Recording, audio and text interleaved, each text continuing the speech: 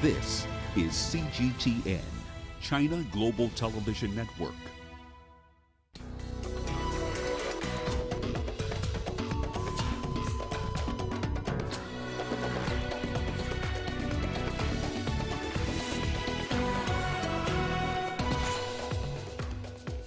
The death toll from the unrest in South Africa climbs to 212. Concern as several African countries post an unprecedented surge in COVID-19 infections. And strawberry-flavored HIV drugs for babies to improve adherence in Zimbabwe. Hello and a very warm welcome to Africa Live on CGTN. I'm Lindy Mtongana in Nairobi. And with a preview of your business news, I'm joined by Uche Okoronkwo. Thank you, Lindy. And here's a look at what's coming up on Africa Live Biz. WTO members close to reaching a deal on fishing subsidies.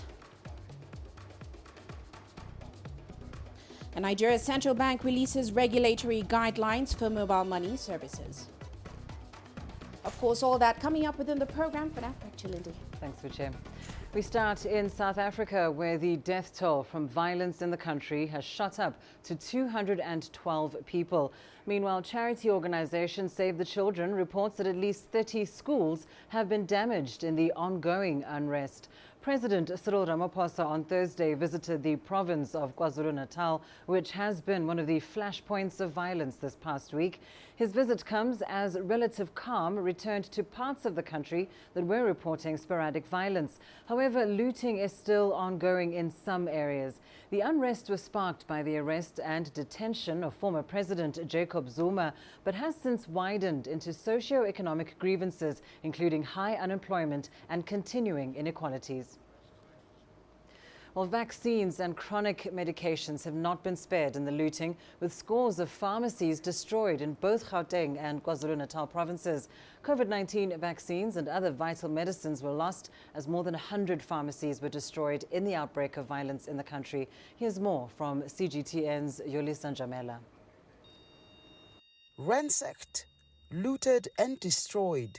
These are the scenes that confront many pharmacy owners in Gauteng and KwaZulu-Natal provinces. The destruction has been bad, like terrible, in the sense that in most of the stores that we visited, including stores in our group, there's absolutely nothing that was left.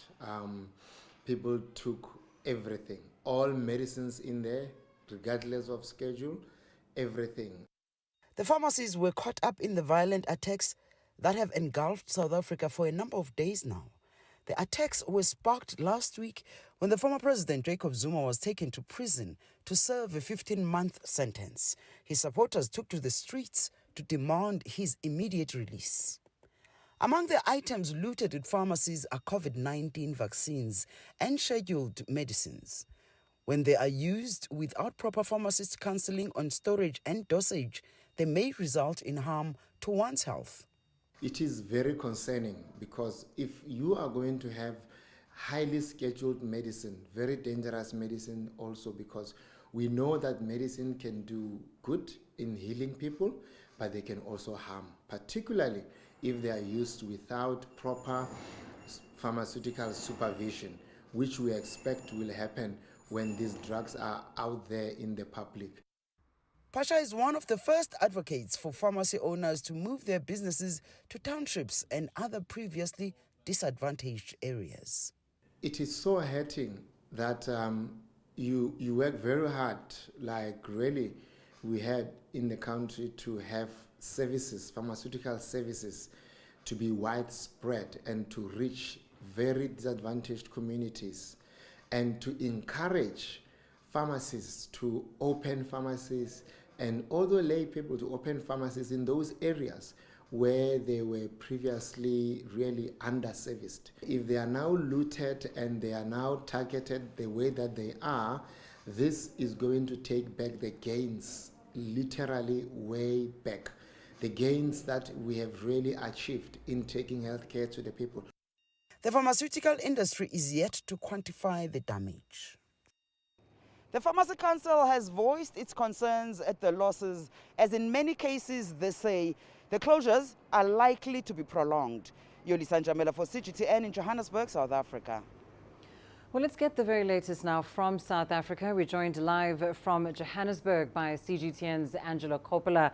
Angelo, government has announced a steep climb in the death toll, which now sits at 212 from the violence that we saw this week. Can you give us more details? Well, Lindy, bottom line is overnight there were 95 more deaths in KwaZulu-Natal. That's overnight and up until about 4 o'clock this afternoon. So that brings the toll in KwaZulu-Natal to 180.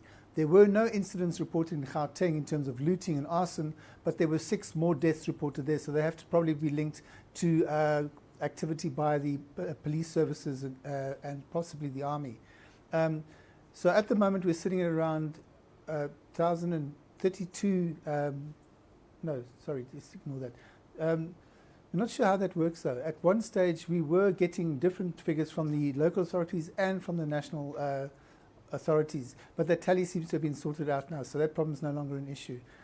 So 95 deaths is worrying in KwaZulu-Natal despite the reduced number of incidents that have been happening there, Lindy. Indeed, very worrying. And of course, on the other side of things, many people are trying to pick up the pieces in their businesses, in their neighborhoods. Just give us an idea of what the impact of these days of unrest is beginning to look like. Well, look, we know there have been billions of rands worth of damages in terms of goods, infrastructure, businesses, warehouses that have been lost over the past 7 days or so. The state insurer at one stage was saying it wasn't sure if it would be able to match the claims that would be submitted for and have enough cash to cover those claims. It's since changed its tune, so it's likely to be able to cover most of the claims that are submitted. So it says it has money to do that. But the destruction and damage we've had has been a major issue, and it's caused force majeure to be declared by several operations. SAPREF, the oil refinery, for example, Afrox in terms of oxygen for hospitals and the like, and then Tiger Brands in terms of food. That has also led to some shortages of food and fuel in the KwaZulu-Natal area, and of course panic buying in the Gauteng area. But that's now since been resolved. What's also been resolved is the deployment of 25,000 troops. We heard this afternoon that President Ramaphosa had actually notified the Parliament that he had authorized those 25,000 troops at a cost of $43 million, and that's for just 1 month's worth of work for the army. And of course, Ramaphosa was in Durban today, where he went on a walkabout and a flyabout with the provincial premier. The 2 ministers that were with him were State Security and Police Services, and this is what he had to say. KwaZulu-Natal authorities have confirmed that 180 people have died since the unrest began, and 1,692 people have been arrested. I'm pleased that our provincial officials, particularly the Premier and the MECs and other leaders, were the first on the ground, and they assessed the situation and tried to deal with it. And with that, our police officials, as well as our soldiers, were also on the ground to deal with a very difficult situation. And to overlay on that, we then deployed another layer, a key layer, which is our ministers, Minister of Police, Minister of Defense, and Minister of State Security. They came together with other leaders, members of cabinet.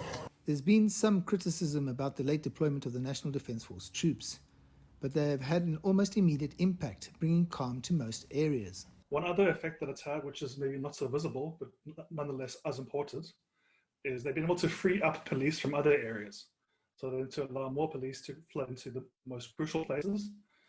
So in those cases, you wouldn't necessarily see the army, but they're having an effect nonetheless because they're allowing there to be more police to be deployed to the most hard-hit places. President Ramaphosa has been closely monitoring the situation in Gauteng and KwaZulu-Natal. I've been in daily and hourly contact with the Premier and the ministers, as well as the commanders who have been conducting all the activities here. We obviously as a government, are extremely concerned about what happened here. And we are doing everything to deal with it. Ramaphosa also confirmed that the authorities have evidence that this was a coordinated and planned attempt to economically sabotage the country. It's quite clear that all these incidents of unrest and looting were instigated. There are instigators, there were people who planned it, they coordinated it, and our intelligence services and our police have now got a line of sight of what actually was happening here with the instigation and with the coordination and the planning. And we are after those people. We are going after them. We've identified a good number of them, and we will not allow anarchy and mayhem to just unfold in our country. While the centre of attention has shifted down to KwaZulu-Natal, life in the Gauteng province has returned to some semblance of normality. I'm Angelo Coppola for CGTN in Alexandra, Johannesburg. Let's turn our attention now to the coronavirus pandemic in Africa. Senegal has been posting an unprecedented surge in COVID-19 infections. On Wednesday, 733 new cases were reported, with a positivity rate of over 25%. The previous record was 529 cases on Sunday. Concerns have been raised ahead of the Islamic Eid al-Adha festival, locally known as Tabaski, in which large gatherings are expected. The country's health ministry has announced strict enforcement of COVID-19 protocols.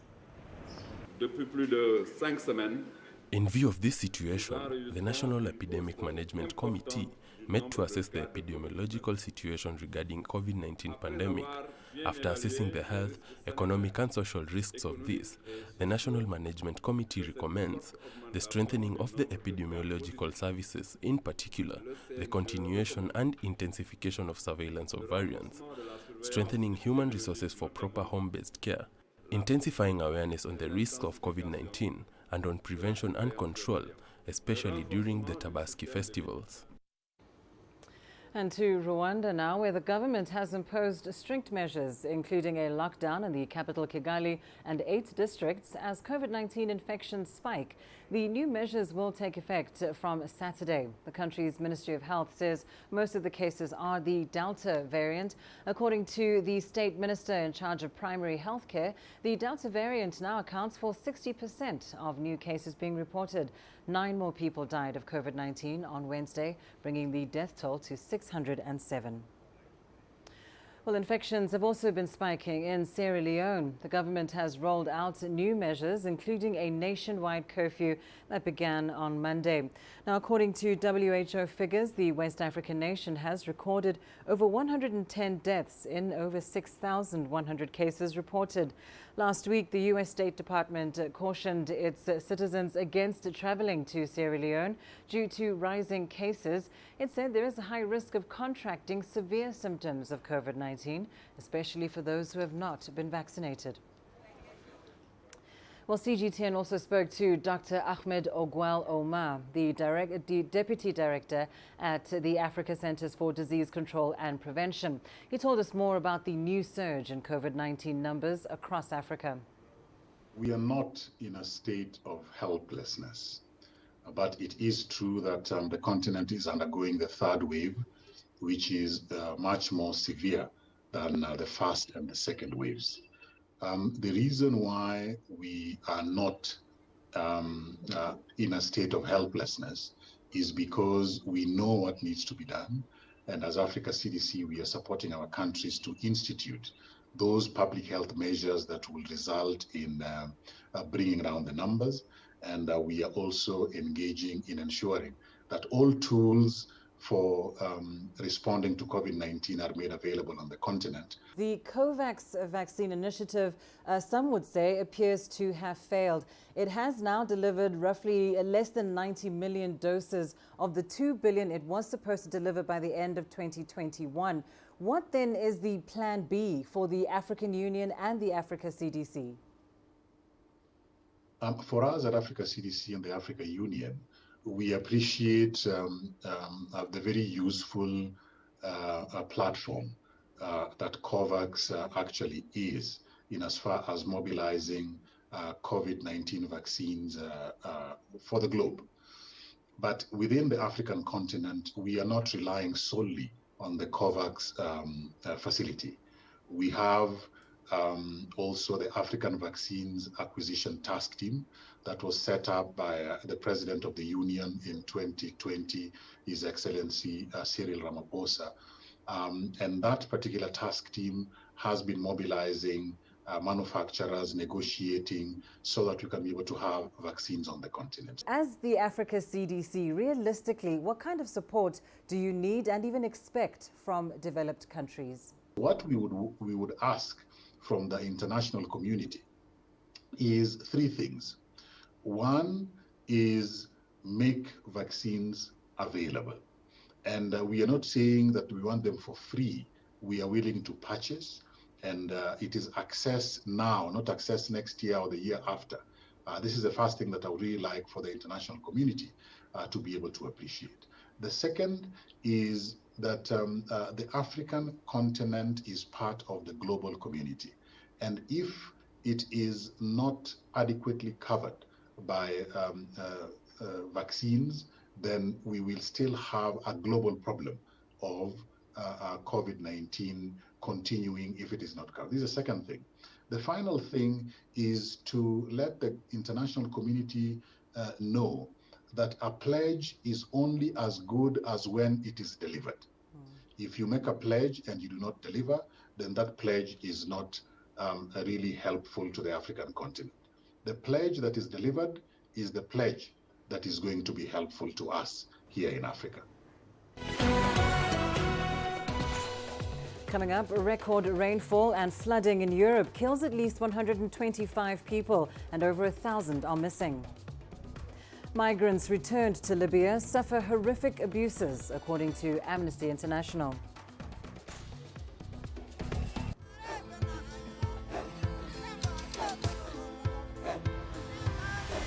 Africa is a continent of diversity, with varied climates and enchanting geography, and a people so distinct, but with a shared enduring spirit. We are at the heart of the continent to bring you the untold stories. Let's have a look. We celebrate Africa as it shapes its own destiny. Tunis, Cairo, Juba, Johannesburg, Ethiopia, Tanzania. Africa Live. Find your voice. Nyami was very, very strong, had very, very strong mysterious powers, bigger functional powers than the smaller gods. Nyami was annoyed in a way, hence making that those floods so that the people could perish. There was a conflict. 9 people were killed as a result of that resistance that took place. Instead of calling it a disaster, they've made a ceremony out of it. As the water is flooding, people start moving to the highland. The significance of the Komboka really is just to come out of the water, wait for the water to recede so that you can go back.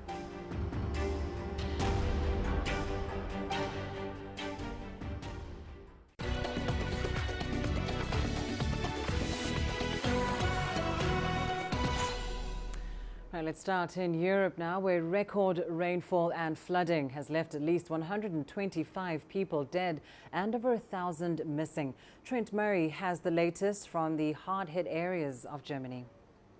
Well, it is still a scene of absolute chaos and devastation here in Ahrweiler. I don't know if you can hear overhead, but that is yet another helicopter flying over, and that is part of the search and rescue operation, which is still majorly underway here. Over 100 people now have been confirmed killed, and authorities here are telling people in Germany to brace themselves for that death toll to climb. There are still hundreds of people missing, and looking around here in downtown Ahrweiler, it is easy to see why. Many people people here I spoke to liken those rising waters to an inland tsunami. They said they did not have time to even try and get any of their stock out of their stores. They simply had to escape to safety by going upstairs. Now, we understand that the military has been deployed even further now as part of this rescue effort. The Defence Minister here has cancelled all domestic operations for the military and has put them on this assignment here to join local police in trying to find survivors. But it is still a very frightening situation for many people here. We've just seen in the last couple of minutes, not far from where I am, several elderly residents of a care home rescued by police. They've been trapped inside their care home for at least 36 hours now. Luckily, they were a little bit higher up than the rest of the street, so they've managed to escape the floodwaters. But very sadly, for a lot of other people, that wasn't the case. Chinese State Councillor and Foreign Minister Wang Yi will be visiting Egypt on a 3-day trip. The visit will tackle ways to boost the two nations' comprehensive strategic partnership, which has been growing significantly in recent years. Adel Al-Mahrawi has the details. Chinese State Councillor and Foreign Minister Wang Yi is visiting Egypt from the 17th to the 19th of July. The visit marks the 65th anniversary of the establishment of Egyptian-Chinese diplomatic relations. It also follows the 100th founding anniversary of the Communist Party of China, an event Egyptian President Abdel Fattah el-Sisi was keen to mark with a congratulatory video dedicated to Chinese President Xi Jinping. The visit emphasizes the strong relations between the two countries. This relationship was established in May of 1956 after Egypt's recognition of the People's Republic of China at the time of former President Gamal Abdel Nasser. Since then, ties between Egypt and China grew tremendously.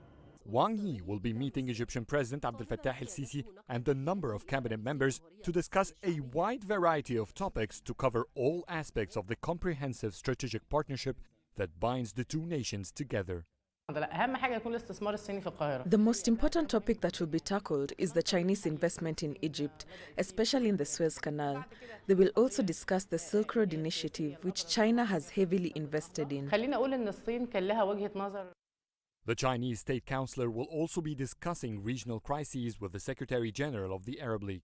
Wang's entire visit is in the coastal city of New Alamein. China is building 5 high-rises in this Egyptian national flagship mega project on the Mediterranean Sea. Wang Yi last visited Egypt in January 2020. This month, Egypt began manufacturing Chinese COVID-19 vaccines domestically. China is supporting Egypt with full transfer of its vaccine production technology. Wang Yi will be discussing with Egyptian officials how to capitalize on that achievement and support African nations with the vaccines they need. Egypt has doubled its production target from 40 million to 80 million doses by the end of the year. Adel Mahroui, CGTN, Cairo. Relations between the Greek government and the EU have turned sour once again. This after a report by the International Organization for Migration criticized Athens' policy on illegal arrivals. Evangelos Ipsas has the latest. The International Organization for Migration has issued a stark report last week. The number of refugees and asylum seekers who died attempting to cross the Europe on sea routes has doubled. The UN's migration agency says that the number is twice as high in the first 6 months of 2021 when compared to last year. In the report, the IOM writes that close to 1,200 people died between January and June, although it says the number could be higher as shipwrecks are often not reported. Although the agency's tally shows that less than 10 people died en route to Greece on the Eastern Mediterranean route, the EU's Commissioner for Home Affairs, Ylva Johansson, has warned Greece to stop the practice of pushbacks in what she describes as violations of fundamental European values. This has angered Athens, which denies any wrongdoing. Greece is committed to protecting its borders and will continue to do so as a sovereign responsibility in line with EU and international law. We have every right to intercept these crossings in accordance with EU Regulation 656 of 2014. Greece does not want to be the gateway to Europe for the smuggling networks. The report that was published last week shows that 741 people died in the sea between Libya and Italy, while 250 people died crossing between West Africa and the Canary Islands. 149 people died on journey to Spain and at least 6 people en route to Greece. As the EU's Commissioner for Home Affairs slams Greek authorities for their stance on the issue, in a press conference on Thursday, Greek Prime Minister Kyriakos Mitsotakis said that Greece will not allow criminal gangs or third-party states to destabilize the European Union. Neither Greece in the south nor Lithuania in the north wish to be the gateway to Europe for people smuggling networks, or third-party states intend on putting pressure on the European Union. And our clear objective should be to discourage, but also disrupt the dangerous criminal gangs and to stop them putting lives at risk. While the passage on the eastern Mediterranean route is not as deadly as other parts of southern Europe, NGOs remain worried that the numbers might increase as many of the immigrants will try the journey again, putting their lives at risk. Evangelos Sipsas for CGTN, Athens, Greece. Meanwhile, a report by human rights group Amnesty International has revealed new evidence of the abuse of migrants intercepted at sea and forcefully returned to detention centers in Libya. CGTN's Jane Keogh brings us more details on this story. The report on migrants by Amnesty International focuses on those intercepted in the Mediterranean and returned to Libya in 2020 and 2021. Details of worsening conditions in migrant camps have emerged, while some describe experiencing sexual violence at the hands of the guards. For instance, in one center that's specifically designated for vulnerable groups, formerly detained women told Amnesty International that they had been that women at the center had been raped by guards, that they that they attempted to coerce them into sex in exchange for food or clean water, and that those who attempted to resist were severely beaten. The new findings follow multiple such reports that have emerged since 2017 of the mistreatment and torture of migrants. This is very significant as this year the Libyan Coast Guards have intercepted and returned around 15,000 refugees and migrants in the first 6 months of 2021 alone. This is more than all of last year combined. United Nations Secretary General Antonio Guterres has called for the closure of the facilities. There is a very large disparity between the number of those that were taken to these centers and those that are registered as or have been counted as remaining in those centers. And the report highlights a number of ways that individuals may leave or be removed from detention, either by escaping, by paying ransoms for their release, by being transferred to other centers, at times due to death because of cruel and inhumane detention conditions, by denial of access to medical care. And it's very concerning that there's no secure or comprehensive registration system that allows the tracking or tracing of their ultimate whereabouts. Amnesty International is urging European nations to suspend cooperation on migrant and border control with Libya. Despite a truce between Libya's warring factions since October, armed groups are said to still hold power on the ground, with some controlling migrant camps. Jane Keogh, CGTN. And let's now go to Uche for your latest business news. Thank you, Lindy. And coming up on Africa Live Biz. WTO members close to reaching a deal on fishing subsidies. And the Central Bank of Nigeria releases regulatory guidelines for mobile money services.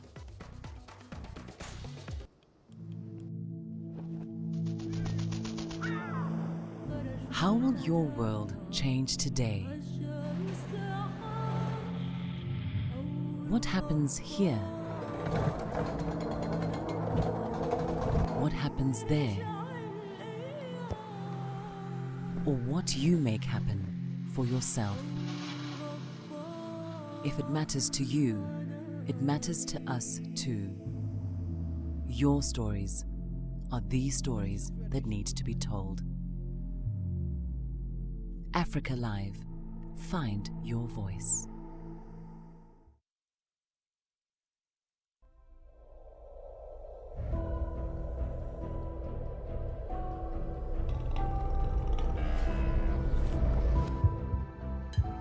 This has taken me completely out of my depth, but at the same time, it's exciting.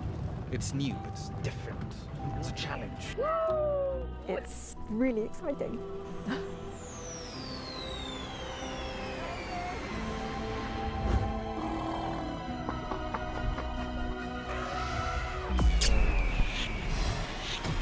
Over the last 14 hours of rain.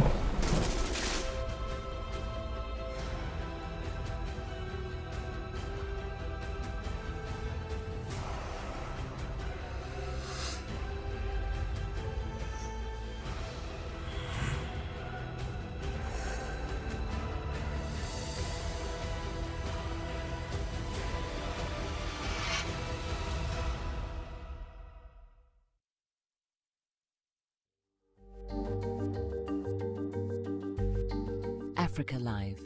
Find your voice.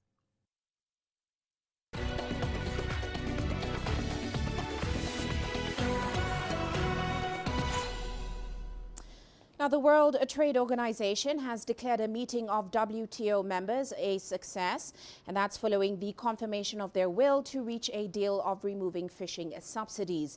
The agreement is expected to set new rules for the global fisheries industry and also limit government subsidies contributing to unsustainable fishing and the depletion of global fish stocks. While developed nations are pushing for prohibitions on subsidies, India wants an equitable and balanced outcome. This is because the country provides support to its small and marginal fishermen who depend on the sector for sustenance. As per the World Trade Organization, the UN Food and Agriculture Organization estimates that 1/3 of global fish stocks are overfished and most of the rest is fully exploited. So the fundamental conclusion, two things I would like to mention. One is the fact that the fundamental conclusion from the interventions is that members are ready to use the text as a basis for future negotiations. We recognize that there were many issues listed with respect to the text, gaps that need to be filled, differences that members have to bridge, as well as some strengths that were noted.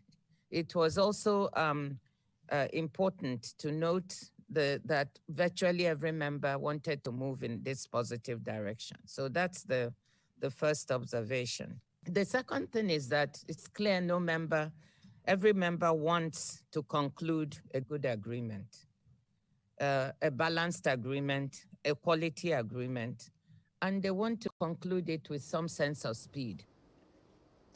Meanwhile, Nigeria's central bank has released regulatory guidelines and a framework for mobile money services in the country.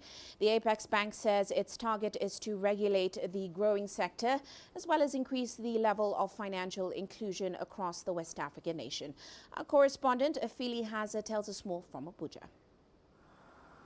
This is a mobile money kiosk on the outskirts of Abuja, and the owner, Walter Obuanyi, receives his customer's bank card to help him withdraw some cash. Walter says he makes good profit daily from attending to customers because there are no physical banks nearby. Going to POS business, and so far since 2017, it has been a profitable business. At first, people were afraid to use it, but now people prefer to come to my outlets instead of going to bank because it's closer to them. So far, it has been wonderful. Mobile money services was launched in Nigeria in 2009 to help users access their money without going into a bank. Also to help people make transactions using a wallet that is connected to their mobile phones. But till now, only about 15 million out of over 200 million Nigerians subscribe to the service, according to a report by Access to Financial Services in Nigeria. In order to make the service more attractive to users, the Central Bank of Nigeria has introduced a framework to manage and regulate the operations of mobile money agents. It says this will prevent fraud, exploitation, and provide better access to credit for both the users and service providers. So the framework is actually advantageous to them in the sense that it also provides protection for them. Their roles and responsibilities have also been defined very clearly. And for the consumers, in the past, when somebody has no problem with their mobile money transfer, the telcos will tell you they are not the banks, right? But these days, the CBN framework now made it a bank-led thing. So it means that you can tie your mobile wallet to a bank. And so if there's an issue, the bank will be able to address that problem for you. The Apex Bank set a target of hitting 80% financial inclusion by the year 2020, but has only been able to hit about 63% so far. The move by the CBN to improve mobile money services in Nigeria could help the country move closer in achieving its target of financial inclusion for the majority of Nigerians, ease transactions among them, and boost the nation's economy. But experts say the government will need to create a more enabling environment for the business to thrive before the country can fully achieve a cashless society. You know, there needs to be a lot of advocacy to these rural areas. That is currently ongoing, but the state of the country in terms of security is affecting that at the moment, which is part of the enabling environment we want to see for this mobile financial inclusion service to get to some parts of the country. Because we need these agents to hit very distant communities and enlighten them on the benefit of the services, for them to see the need to move their monies from their pots and under their bed into a mobile wallet where it can be captured in our financial system. President Muhammadu Buhari has promised to end kidnappings and terrorism in parts of Nigeria so that entrepreneurs like Walter can operate better even in more remote parts of the country. Phil Ihaza, CGTN, Abuja. Now, China's National Bureau of Statistics has released the country's economic statistics for the first half of 2021. Zambian economist Trevor Hambai brings us some insight on what the numbers mean for the rest of the world. The good performance of China is positive for the rest of the world as well, because China, being the second largest economy in the world, also drives economic growth around other countries. So what you do see currently is that the commodity prices on the international market have all gone up because of the demand that is being created by China.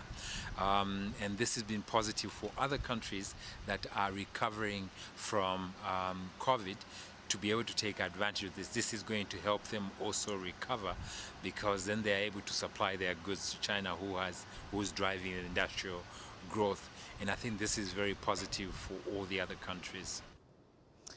Meanwhile, European businesses registered a strong performance in China despite the pandemic. Several companies are now planning to increase their investment in the country. CGTN's Meng Chilsheng has more. The EU Chamber of Commerce in China's Business Confidence Survey shows nearly 42% of its 600 respondents experienced growth last year.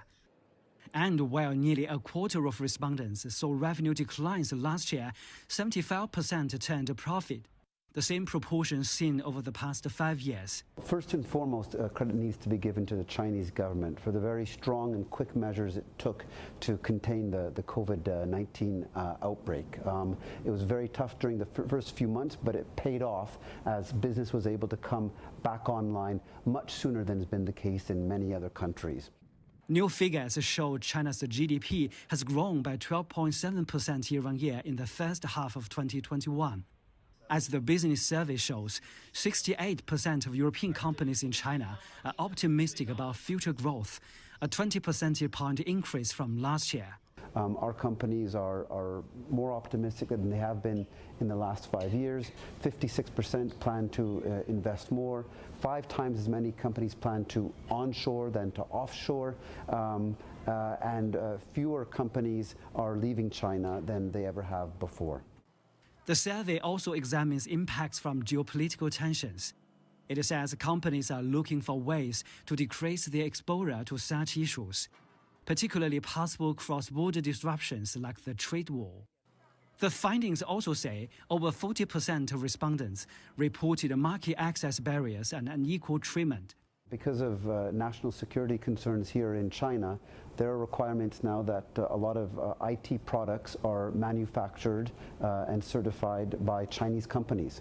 So some of our European companies that previously sourced their materials, their IT, their software, their hardware from other European companies in China actually now feel that they need to source it from Chinese companies because of these policies.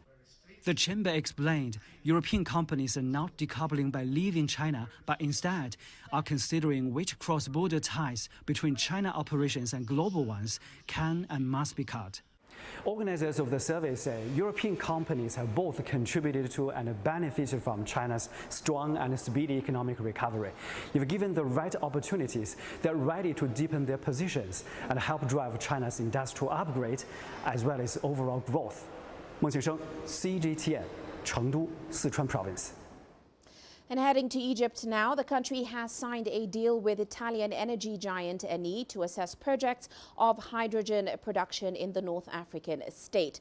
Well, as CGTN's Yasser Kim reports, the agreement will pave the way for potential production of green hydrogen using electricity powered by solar energy and blue hydrogen from carbon dioxide, which is stored at Eni's natural gas fields in Egypt. Green hydrogen is a new form of clean energy that is produced using electricity. Egypt, which is one of the main leaders on the African continent in renewable energy production, is tapping into this environmentally friendly source. This will help fulfill its goals of attaining 42% renewables out of its total energy production by 2025. The name is called green energy. That means it's very good for environments. There is no any emission from the CO2, which is big pollutions all over the world. So the trend all over the world now to decrease or zero emissions for the carbon dioxide can use it actually in many places in the car and also in the steel industry. You can use it actually in the chemical industry in terms of ammonia manufacturing, which is already very important for the agricultures. Can use it actually for the fuel stations. Saudi Arabia, the United Arab Emirates and Morocco have already tapped into this industry, and Cairo does not want to be left behind. The government, through two state-owned enterprises, namely the Egyptian Electricity Holding Company and the Egyptian Natural Gas Holding Company, signed a deal with Italian oil and gas giant Eni to spearhead investments in the sector. First of all, actually, they have renewable energy. So, you know, actually, we are producing now 5,800 megawatt from the renewable energy in Egypt, which coming from the wind and coming from the solar energy, and the hydraulics also from the high dam. So all this kind of megawatts can be actually used to generate this green hydrogen energy. So in addition to that, actually also we have spaces, we have a lot of areas, so we can be used. We have already storage places, so we can store the hydrogen has been produced. In June, Egyptian government announced its intention to invest $4 billion in the production of green hydrogen.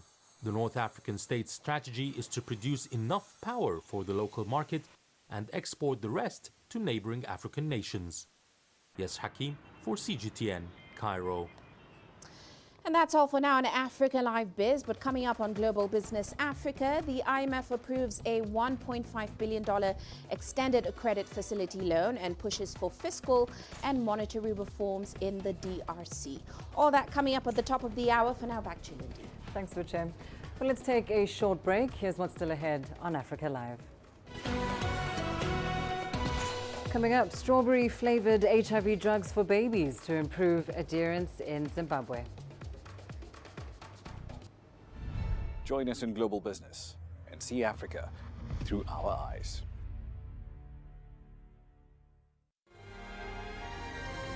The greatest journeys, the greatest sights, the greatest adventures. Here in Qanater, this weir allows the locals to walk on water. We're far more than just TV news. We're your passport to the wonders of Africa. To bring you stories of struggle, survival and hope.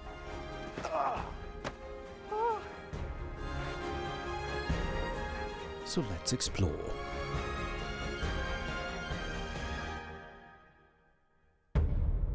CGTN, see the difference.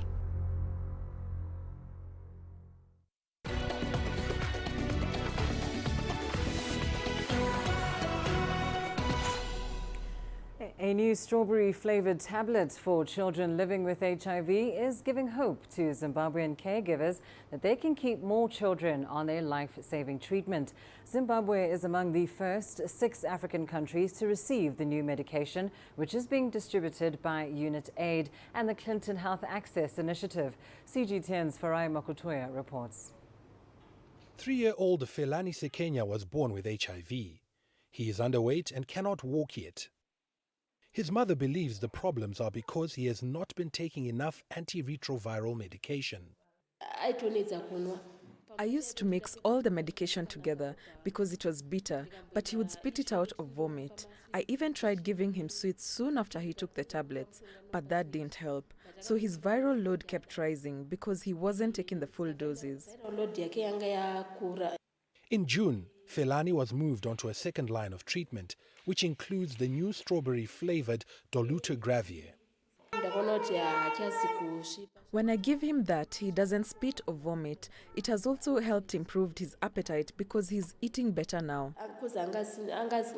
This new drug formulation has created a buzz and excitement not just amongst parents and caregivers, but also stakeholders in the sector who think that it is so important it could mean the difference between life and death. Because most children cannot tolerate the other unpalatable medications, many default on treatment. That means, children die, premature death. Obviously, these are some of the challenges. They don't return to care because they feel that this is dire because, even though they get the medication, the children will not take the medication.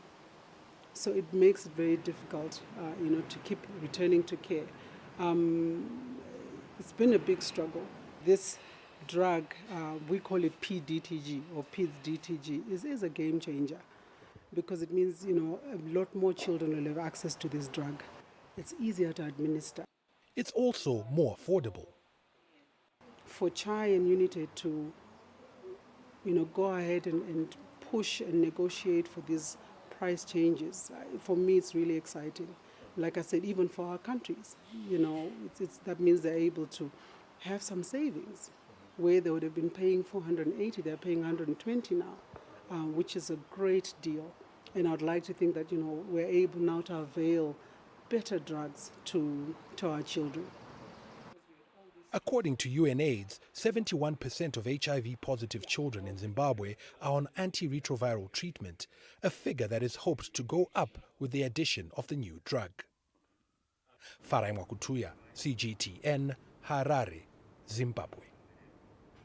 About a year ago, Nigeria was certified free of the wild polio virus. It was also the last country in Africa to receive the certification. But in an unfortunate twist, there's been an outbreak of vaccine-derived polio virus in some parts of the country, threatening to derail the success recorded in the fight against the disease. Our correspondent Deji Badmus tells us how the country's health authorities are dealing with this emerging health threat. In August 2020, the World Health Organization declared Nigeria wild polio virus free, a disease which has left thousands of children in Africa paralyzed. As the country prepares to mark the first anniversary of achieving that milestone, health officials are now having to battle a new vaccine-derived variant of the polio virus, which has now been detected in 13 states and the nation's capital, Abuja. The variant that we're getting now, which is the type 2, oral polio vaccine virus, is coming now because we have removed from the vaccines we've been using. So we've been using what we call the bivalent. So a large cohort of children have not had the type 2 vaccine. And therefore, it was very easy for this variant that has been circulated in an unhygienic, unsanitary environment to infect such children that have had no coverage whatsoever. We have conducted 4 outbreak responses using the novel oral polio vaccine, which is preferred as a choice as it doesn't seed the virus. However, suboptimal performance has been recorded in all the states due to high numbers of missed children during the outbreak responses. This poor quality will affect how we are able to bring this outbreak under control. There are concerns Nigeria is at risk of losing its polio-free status as a result of the new outbreak. But Nigeria's top polio expert says it is not a cause for concern, at least at the moment. There is no threat whatsoever. The wild polio virus is quite distinct from the circulating vaccine-derived virus. So, that is not, going to be the case. Before WHO certifies a country as polio-free, it's a rigorous process that took place, and that process, cannot be reversed. And because we have a very robust surveillance system, that is why we are able to discover these new vaccine-derived viruses, even from environmental samples. Authorities say there's been a reduction in donor funding for polio, and that could pose a challenge in efforts at confronting the current outbreak of this vaccine-derived variant of the virus. Health officials say they are now relying on the influence of traditional and political leaders to drive awareness on the need to resuscitate the funding. Deji Badmos, CGTN, Lagos, Nigeria.